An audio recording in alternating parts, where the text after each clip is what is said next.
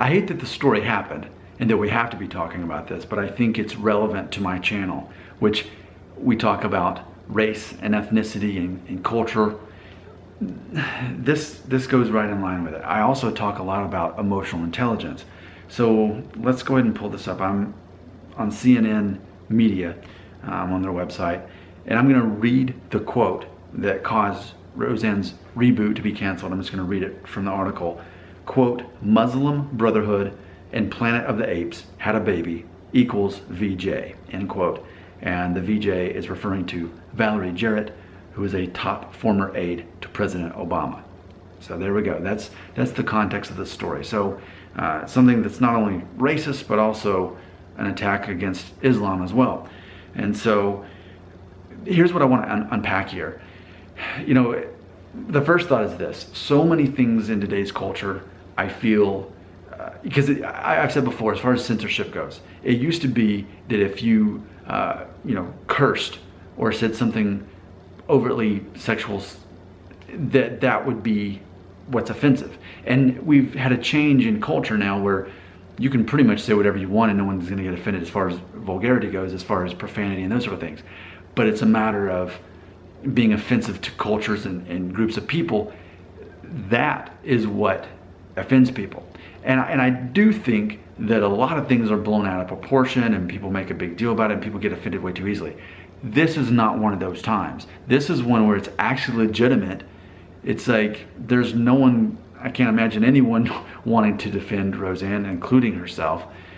But ultimately this goes back to what I often talk about on my channel, emotional intelligence. Being able to realize, yes, we all have emotions, but we filter what we would think before we say it, especially online. Like for me, on Twitter, do I ever give my personal thoughts on Twitter? No. And granted, there's some things I'll say in my videos, but I won't just take that one sentence and put it on Twitter, taking it out of context. If I'm gonna say something that's a little bit on the edge, I want you to watch the whole video and figure it out from there.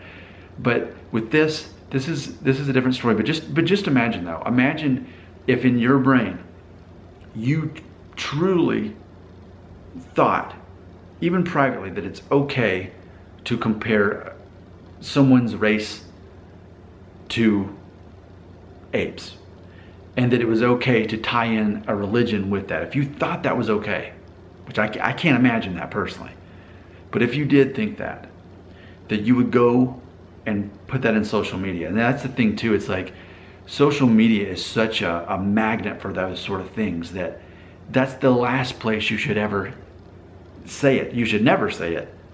You should never think it.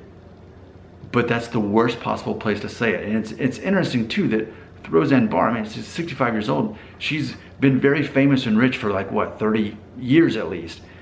But this one decision, a lack of emotional intelligence, among other things, of course, it's all coming crashing down, and everyone associated with the show is now obviously having to back away from it. So those are my thoughts on it. Ultimately, the takeaway for me is our culture is very quick to make a big deal about being offended about stuff to where it's hard to take anybody seriously. Then this story comes along and changes it and reminds us, okay, this story's different.